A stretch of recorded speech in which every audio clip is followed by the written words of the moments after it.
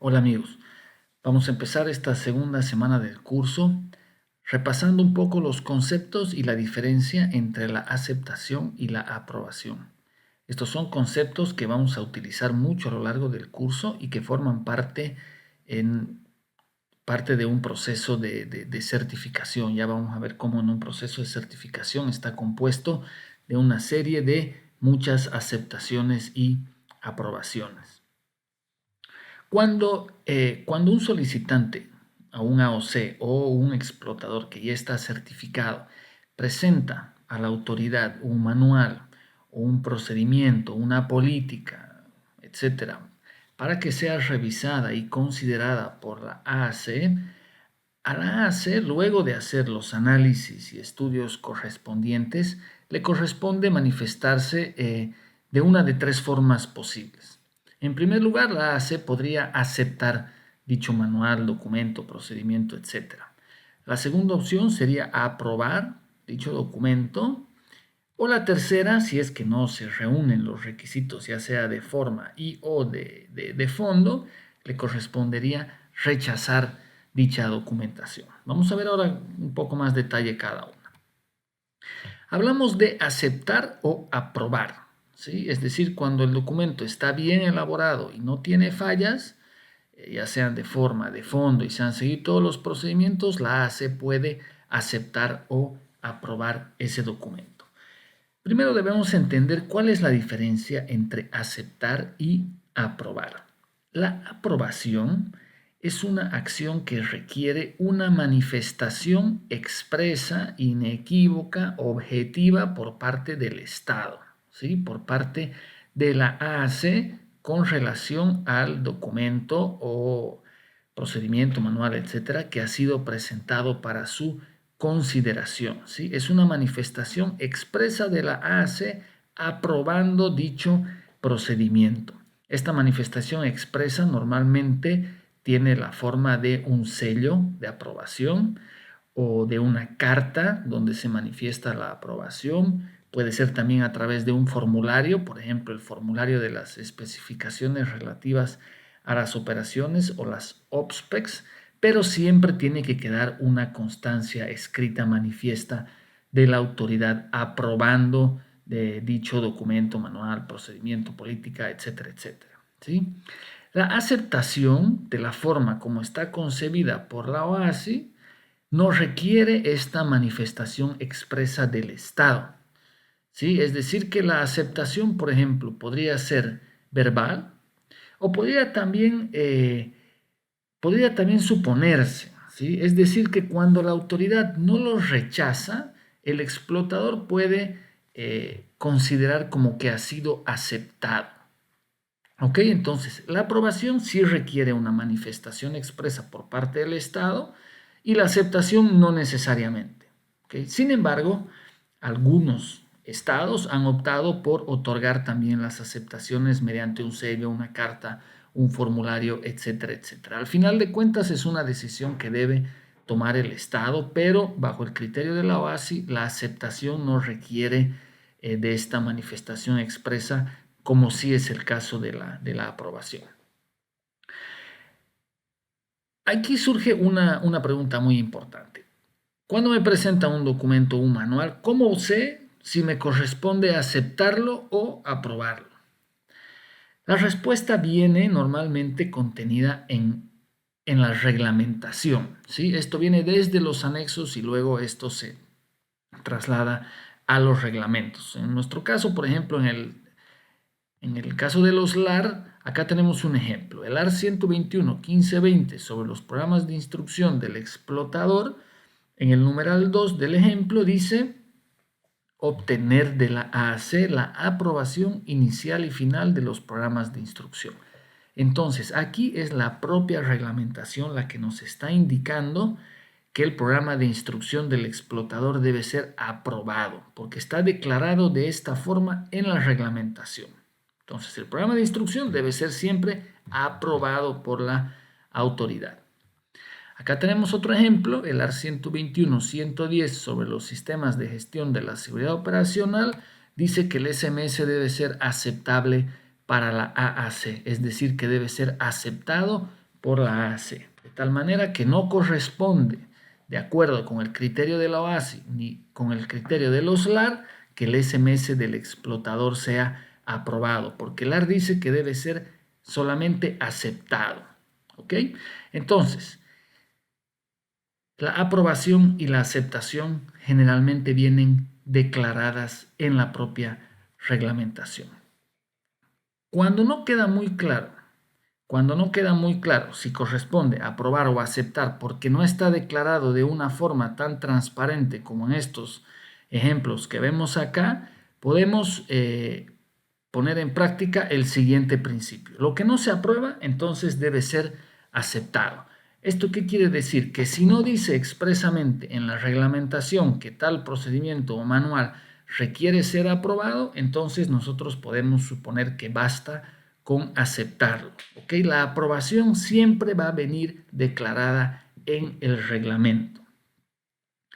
Pueden revisar dentro del material de lectura para la semana 2, están algunos capítulos del manual del inspector de operaciones. En uno de esos capítulos ustedes van a ver este formulario, esta figura.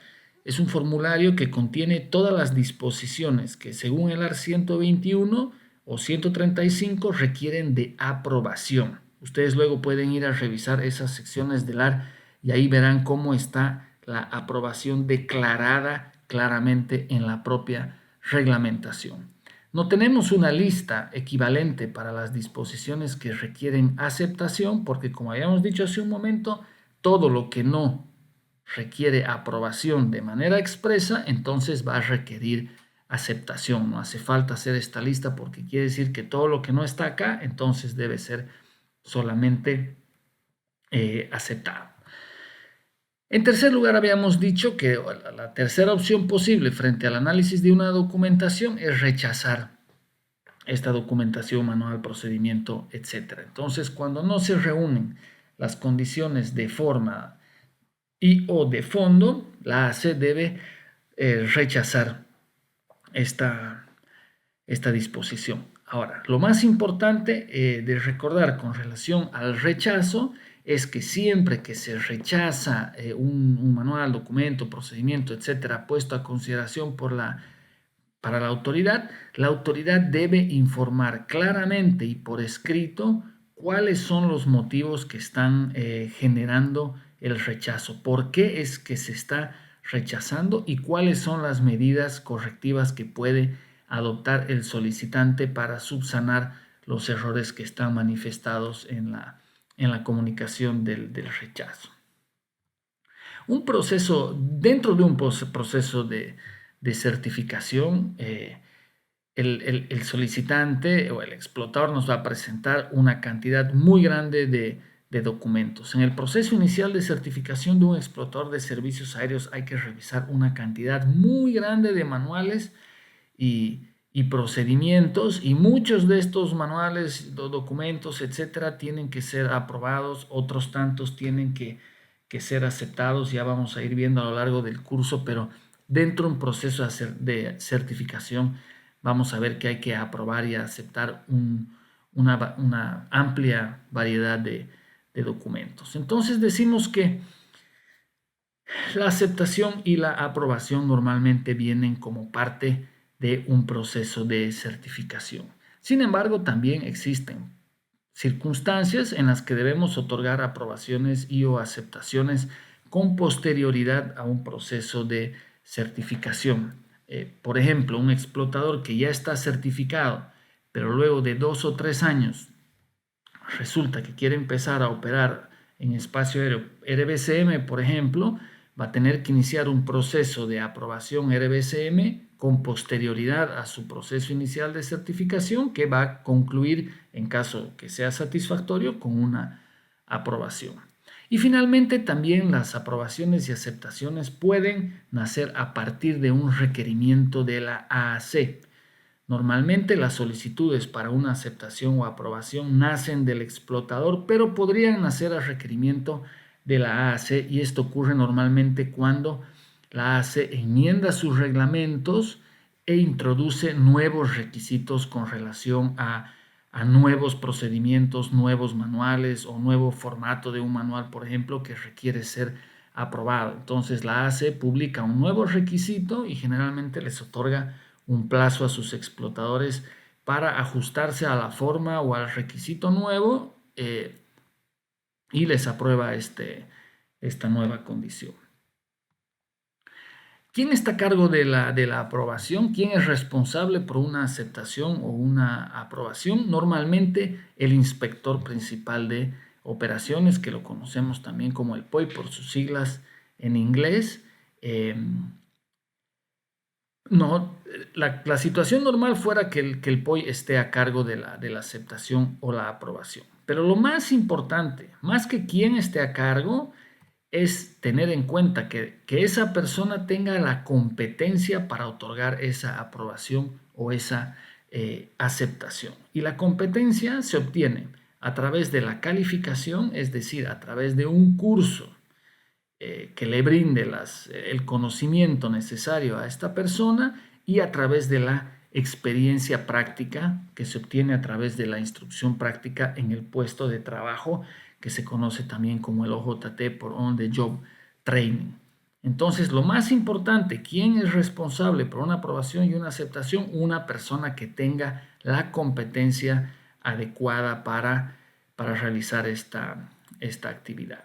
Entonces, muy importante, para una aprobación o una aceptación se requiere competencia, que es lo que hemos visto hace un momento, se requiere procedimientos aprobados propios de la AAC. No podemos utilizar procedimientos de otra autoridad o de otro país y si lo hacemos así, bueno, tenemos que legalizarlos, interiorizarlos a nuestro estado y aprobarlos, pero deben existir procedimientos aprobados internamente que incluyan además una ayuda de trabajo. Entonces, para una aceptación o una aprobación se requiere nivel de competencia adecuado, procedimientos propios aprobados por la autoridad que incluyan una ayuda de trabajo, porque luego esta ayuda de trabajo debidamente completada va a ser un respaldo para la AAC que otorgó esa aprobación o aceptación siguiendo todos los pasos y asegurándose que se cumplieron todos los requisitos